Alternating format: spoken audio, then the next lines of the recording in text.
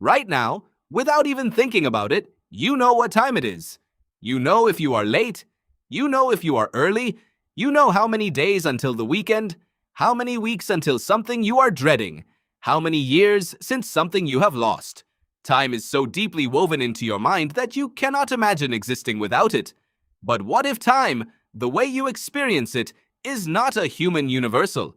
What if it is something your culture installed in you, quietly, without your consent?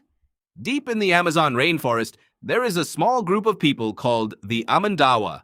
And when researchers arrived to study them in 2011, they discovered something that shook the field of cognitive linguistics to its core. The Amandawa had no word for time, not a rough translation, not a metaphor, no word at all. They also had no word for month or year. They did not count their age. When a person moved from one stage of life to another, from childhood to adulthood, from youth to elderhood, they did not mark years. They changed their name instead. You are not aging into the future. You are becoming someone new in the present. This discovery was published by researchers Chris Sinha, Vera da Silva Sinha, Jorg Zinken, and Wani Sampaio in the journal Language and Cognition. It did not go unnoticed, because it forced an uncomfortable question. Is time something that exists outside of you, or is it something your language built inside your head? You probably feel like time is real. Obviously, the clock on your wall agrees with you, the calendar on your phone agrees with you, your boss, your dentist, your mortgage lender, they all agree with you. Time is real, and it is ticking, and you are always slightly behind it. But here is what the Amandawa reveal. The clock on your wall did not come with you when you were born. You were taught it. Your brain was shaped around it. The philosopher and linguist Benjamin Lee Horff argued in the 1930s that the language you speak does not just describe reality, it structures reality. The words you have access to determine what you can even perceive. He was studying the Hopi people of North America, who also had an unusual relationship with time in their language, and he proposed something radical, that speakers of different languages literally live in different cognitive universes. This idea, now called the Sapir-Whorf hypothesis or linguistic relativity, was dismissed for decades. It seemed too extreme, too uncomfortable. Then studies started piling up. Research by Lara Boroditsky at Stanford showed that English speakers think about time horizontally. Earlier events are to the left, later events are to the right. Mandarin speakers think about time vertically. Earlier events are above, later ones are below. The Quirkl Tayora people of Australia do not use left and right at all. They use cardinal directions, north, south, east, west, even for time. When asked to arrange pictures of events in chronological order, they consistently arrange them east to west. The direction the sun travels, they did not arrange time. They arranged the sun. Now think about what your brain does with time every single day. You wake up and feel behind. You feel the week slipping away. You feel Monday approaching like a slow-moving threat. Time, in your mind, is a landscape you move through, or that moves through you. It has weight, it has direction, it has texture.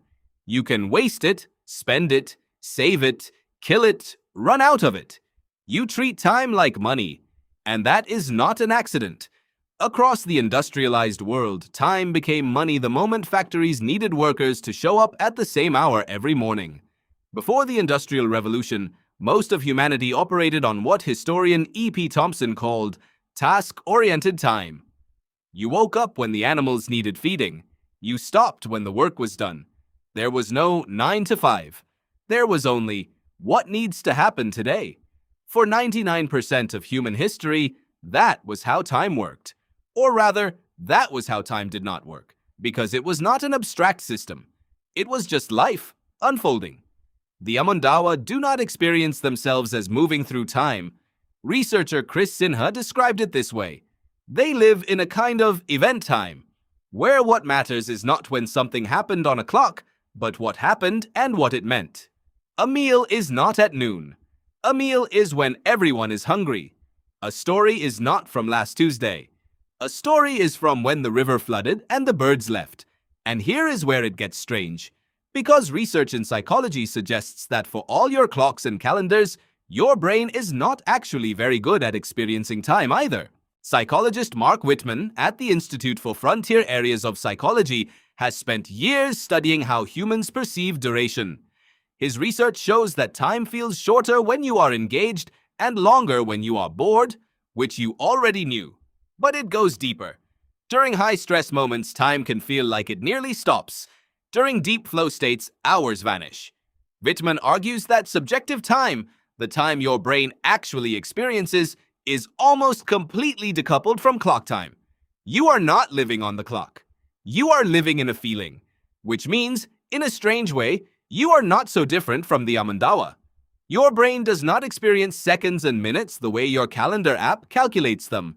Your brain experiences intensity, engagement, anticipation, dread, the emotional temperature of a moment. You remember not what time it was, but how it felt. Think back to a moment from your childhood that you remember clearly. You probably cannot tell me what year it was without calculating backward, but you can tell me the smell of the room, the feeling in your chest, the color of the light. Your memory is not a timestamp, it is a texture.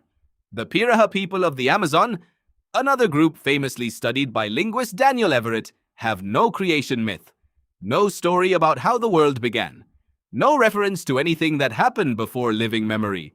If no one alive witnessed it, it does not exist in their storytelling. The past, for them, is not a place you can visit in language. There is only what someone you know actually saw.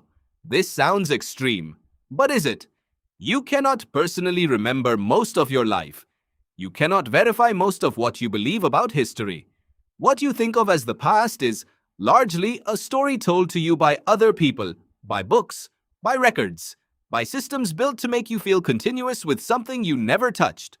Philosopher Julian Barber goes further than any linguist or psychologist.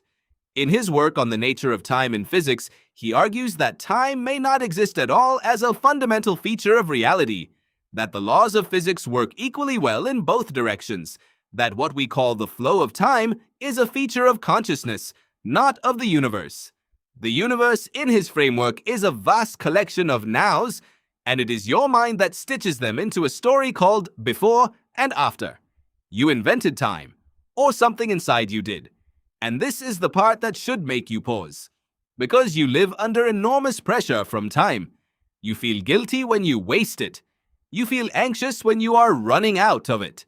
You feel behind, always slightly behind, in a race whose finish line keeps moving.